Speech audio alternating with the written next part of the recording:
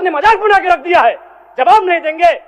ये सवाल जनता का है, जिस जनता के टैक्स से पैसे से सोच पहनते हैं कि जिस राज्य का युवा, जिस राज्य का भविष्य स्कॉलरशिप नहीं मिलने से परेशान है, हताश है, उस राज्य के विधायक 4 करोड़ 32 लाख के आवास में रहेंगे। ये कितना बड़ा दुर्भाग्य की बात है। कोई थाना प्रभारी ऐसा नहीं है जिसका मंथली पर महीने का इनकम 3 लाख से 5 लाख रुपए केवल अवैध बालू से हो रहा है। 8 महीना बीत जाने के बाद भी मात्र 42% राशि खर्च हो पाया है, तो फिर अनुपूरक बजट की आवश्यकता है क्यों?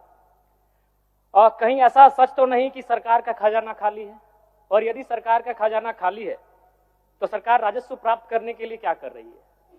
अध्यक्ष महोदय, जमीन की रजिस्ट्री में करोड़ों अरबों का राजस्व हानि हो रहा है। किसी जमीन की कीमत यदि 1 करोड़ होता है तो कागज में दिखाया जाता है 25 लाख। सरकार को राजस्व मिलता है 25 लाख पर और काला धन का इस्तेमाल होता है 75 लाख पर। महोदय, अगर मेरी बात पर आपको संदेह है तो किसी भी इस राज्य में अगर किसी भी बड़ा भूखंड, एकड़ों का भूखंड, अगर उसका खरीद बिक्री हुआ है तो आप उसकी एसीबी के माध्यम से जांच करवा लें, दूध का दूध और पानी का पानी हो जाएगा। और चोरी साफ नजर आया है अध्यक्ष महोदय, कई आईएएस अधिकारी जेल की यात्रा कर चुके हैं। अध्यक्ष महोदय, मैं कोयलांचल से आता हूं और ईडी, जांच एजेंसी और तमाम न्यूज चैनल्स रिपोर्ट की मानी तो प्रत्येक दिन झारखंड राज्य में 1000 अवैध गाड़ियों का निकासी होता है। यदि एक कोयले की गाड़ी में 50 टन कोयला मान ले और 1 टन का मूल्य अगर 5000 रुपए मान लें तो 25 करोड़ रुपए एक दिन का होता है। अगर 365 से गुना करते हैं तो 9125 करोड़ रुपए होता है अध्यक्ष महोदय, यानी लगभग 9000 करोड़ रुपए, जो कि आपके अनुपूरक बजट से ज्यादा होता है। यानी कोयलांचल से इतनी अवैध मात्रा में कोयला का कारोबार हो रहा है, अगर उस पर सरकार नियंत्रण कर ले तो आपका एक अनुपूरक बजट के बराबर वो राशि होती है, वो राजस्व आपको फायदा होगा। अध्यक्ष महोदय, अगर बालू की बात करें तो वो तो सरेआम है, सब अपने आंखों से देखते हैं। 1-2 अधिकारी ईमानदार होंगे तो भाई उनको जोहार होगा।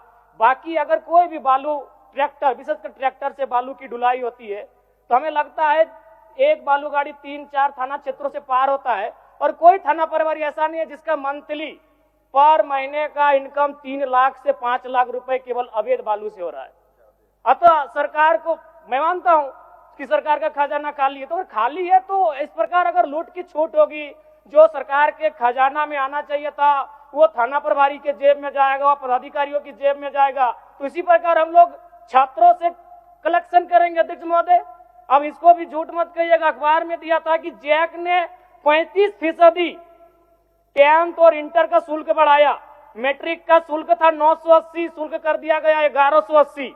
इंटर का शुल्क था 1100, शुल्क कर दिया गया 1400। मैं तो सबसे पहले कहूंगा कि जो शुल्क पुराना था अविलंब शुल्क बढ़ोतरी पर रोक लगाया जाए। अध्यक्ष महोदय, आज छात्रवृत्ति नहीं मिला है छात्रों को। आज राज्य सरकार और केंद्र पक्ष वाले यानी विपक्ष वाले एक दूसरे पे दोषारोपण कर रहे हैं। इस दोषारोपण के बीच इस राज्य का भविष्य क्यों उलझेगा अध्यक्ष महोदय? आज 2 वर्षों से छात्रवृत्ति नहीं मिल पाई है, इसका निराकरण होना चाहिए। और बिल्कुल बड़े शर्म और दुर्भाग्य की बात है कि जिस राज्य का युवा, जिस राज्य का भविष्य स्कॉलरशिप नहीं मिलने से परेशान है, हताश है, उस राज्य के विधायक 4 करोड़ 32 लाख के आवास में रहेंगे। ये कितना बड़ा दुर्भाग्य की बात है। आज आंदोलनकारी लगातार अपनी आवाज को बुलंद कर रहे हैं, जिन्होंने अपने लहू से इस राज्य को सींचा, अपने खून से इस राज्य को बनाया। आज जो 3500 का पेंशन प्राप्त कर रहे हैं और जिस राज्य के मंत्री 6 करोड़ के आवास में रहेंगे और उस राज्य के आंदोलनकारी सम्मान नहीं पाएंगे जिन्होंने लहू से राज्य बनाया है, यह अभी दुर्भाग्य का विषय। अध्यक्ष महोदय, चाहे मान्य सदस्य सबको एक्स्ट्रा टाइम मिला है, इतने संक्षिप्त करिए आप। चलिए ठीक है। अध्यक्ष महोदय, बड़े सौभाग्य से हम 2 मंत्रियों के बीच में आते हैं। 32 और 34 दोनों साथ बैठे हैं, हमेशा यूं ही साथ बैठे हैं, हमारी शुभकामनाएं। एक ही कुर्सी में बैठे हैं और दोनों के बीच हम आते हैं 33। एक बार भी मंत्री महोदय मेरे विधानसभा में गए नहीं। क्यों नहीं गए? योजना ही नहीं है, इनका दोष नहीं है। मेरे विधानसभा में कोई नई योजना, किसी के विधानसभा में मंत्री पद का कार्य क्या है? सिर्फ अपना विधानसभा नहीं होता है, कम से कम साल भर हो चुका है। एक विधानसभा तो इनको विजिट करना चाहिए था, अपने पड़ोस के जिले को तो विजिट करना चाहिए था। तो ये तो सच्चाई है अध्यक्ष महोदय। दूसरी बात, आलिम फाजिल की परीक्षा जैक द्वारा संचालित होती है, किंतु वर्तमान में सहायक आचार्य की नियुक्ति में प्रमाण पत्र की वैधता को खत्म कर दिया गया है।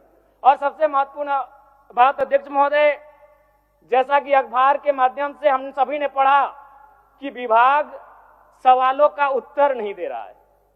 अध्यक्ष महोदय, शून्यकाल में कल रात्रि 12 बजे नीरा मैडम और मंगल कालिंदा का झगड़ा हो गया।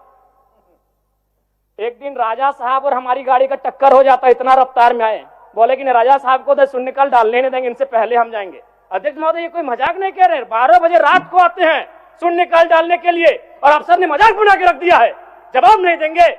ये सवाल जनता का है, जिस जनता के टैक्स से पैसे से ये सूट पहनते हैं, जिस जनता के टैक्स से पहनते से ये बूट पहनते हैं, कोट पहनते हैं, उस जनता का सवाल है। और जनता का सवाल का उत्तर नहीं देते अफसर।